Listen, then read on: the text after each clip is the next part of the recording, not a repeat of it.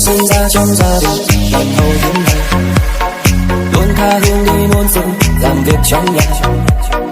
Cơ duyên đưa chúng tôi đến với một nơi xa lạ, nơi có nàng yêu thương là một cánh hoa. Thân tôi mang kiếm phu không được lại gần bên nhau, nhưng đôi đua móc meo vẫn mơ được trôi bóng vàng. Em thương tôi trái ngang giống cha mẹ gọi bố cha, đắm tay mối tình hầu tôi yêu như đầy ta tin. Nàng có hay biết rằng này cha mẹ nàng biết chúng ta cảm mến nhau lâu rồi liệu có thứ tha. Giờ đớn đau cho nàng nên ta đành nhận do chính ta không biết thân phận kiếm phu dám mơ thành hoa.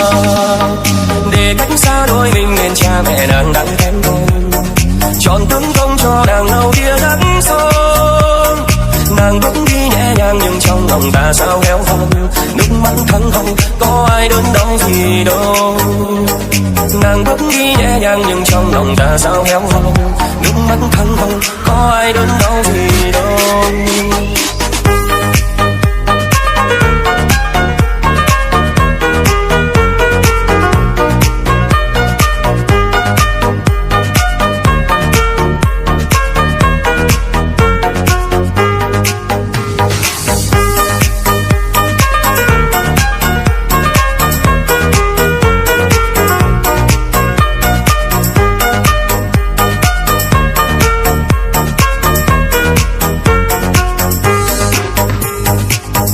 Mang kiếm phu không được lại gần đến năm, nhưng đôi đua móc meo vẫn mơ đường trôi nấm vàng.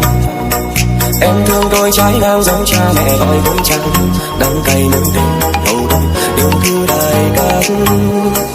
Nàng có hay biết rằng này cha mẹ nàng biết chúng ta cảm mến nhau lâu rồi liệu có thứ tha. Giờ đớn đau cho nàng nên ta đành nhận do chính ta không biết thân phận kiếm phu dám mơ thành hoa.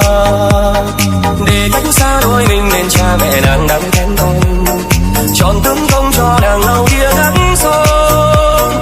Nàng bước đi nhẹ nhàng nhưng trong lòng ta sao héo hon, nước mắt thăng không có ai